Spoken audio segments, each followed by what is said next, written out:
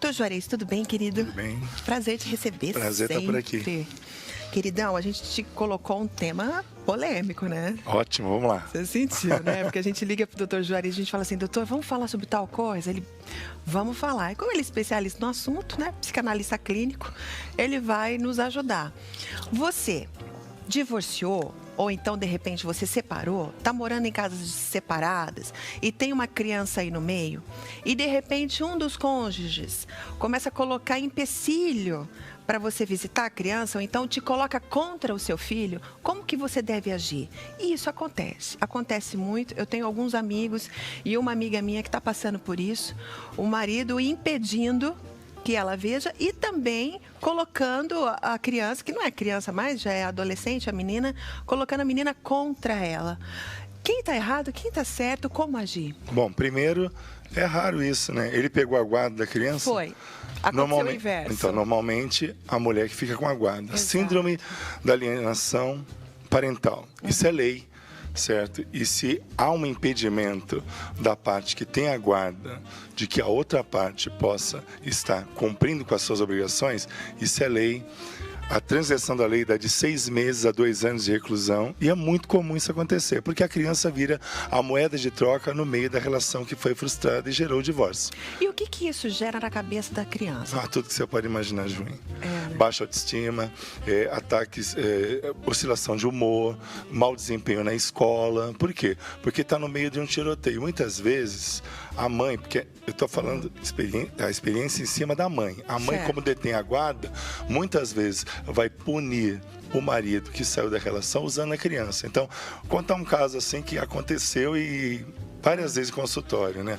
A pessoa chegou, ela foi processada pelo marido, certo? E o juiz indicou que um profissional da área pudesse dar o seu parecer. E ela acabou confessando que ela fazia o quê? Ela falava assim, seu pai vai vir daqui a pouco aí, vou arrumar você. E aí arrumava a criança, arrumava a mala, tudo, passava 3 horas, tá vendo? Seu pai não veio, vamos tomar sorvete? Meu Deus do céu. Isso é muito comum. Ela mentia para gerar uma decepção. E quando o pai vinha, falava assim, mas eu não combinei de vir. E aí a criança fica no meio desse tiroteio. Por quê? O chamado mecanismo punitivo ou transferência de culpabilidade é muito comum nos casos de fim de relacionamentos, divórcio. E a criança fica no meio dessa situação. Então, o que o pai tem que fazer? O pai, que normalmente é a mãe que tem a guarda, o pai tem que se reeditar como pai. Ele pode ter sido um marido péssimo, mas ele pode ser um bom pai. No caso da sua amiga, foi ao contrário. Vamos colocar então, para ficar mais claro, que é o mais comum, a mãe detém a guarda da criança. Isso, a justiça tem a tendência de deixar com a mãe. Isso, e de repente o pai está ali na retaguarda e sabe que a mãe está colocando o filho contra.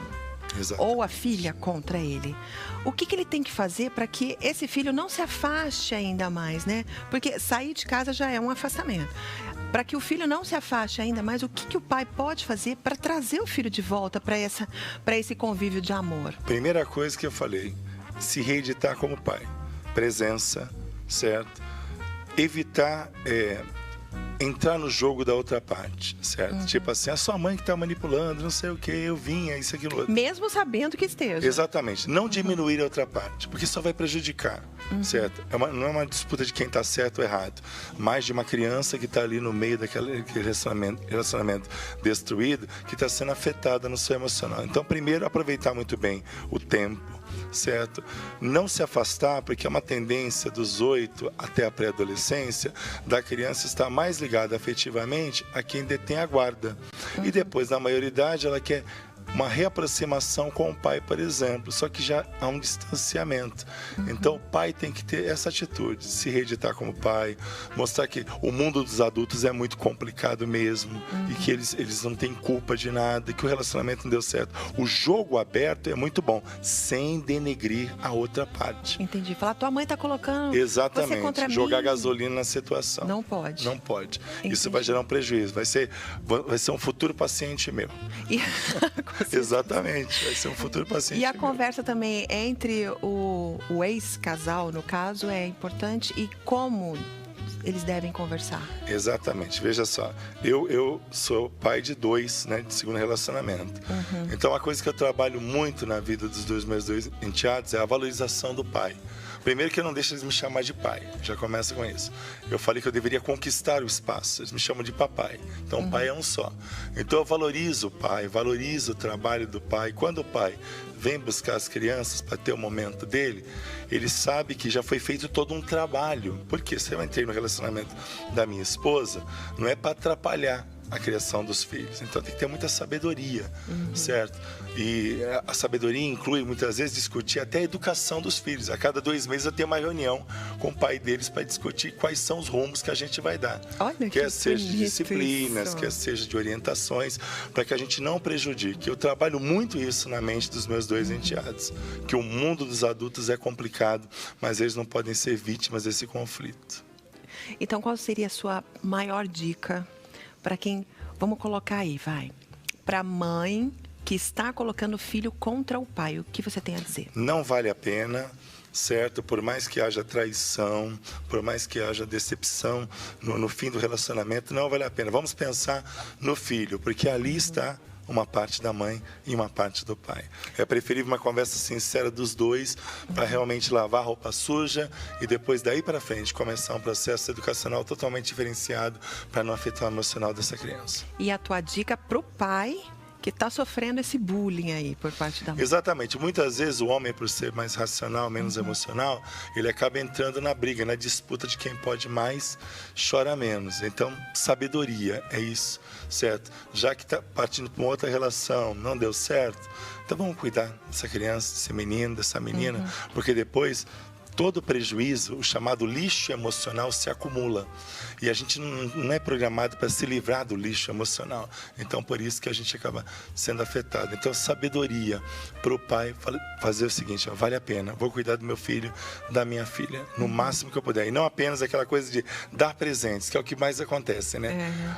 A mãe tem que cuidar da educação e o pai dá presentes e leva no McDonald's. Para tentar suprir, né? Exatamente. Então, é uma ação, interação. Tempo de qualidade, toque ao gesto, palavras de afirmação, né, divisão de serviço, interesse pela vida dessa criança, desenvolvimento dela. É bem e a dica para essa criança aí, que a gente sabe que tem muito adolescente que assiste ao nosso programa. Então, a que dica, está aí no meio da guerra. A dica que eu dou é a seguinte: se a criança conseguir fazer isso, quando estiver com o pai, fala: pai, você está me prejudicando muito entrando nessa guerrinha. Mãe, você está me afastando do meu pai, vão ter grandes prejuízos dentro disso. Se for um adolescente ou pré-adolescente, já tem uma noção maior. A criança fica meio que perdida, não entendendo essa divisão toda nesse mundo. Então seria realmente abrir o jogo. Vocês estão me afetando. O fim do relacionamento de vocês está me destruindo internamente. Tá? Fica a dica aí.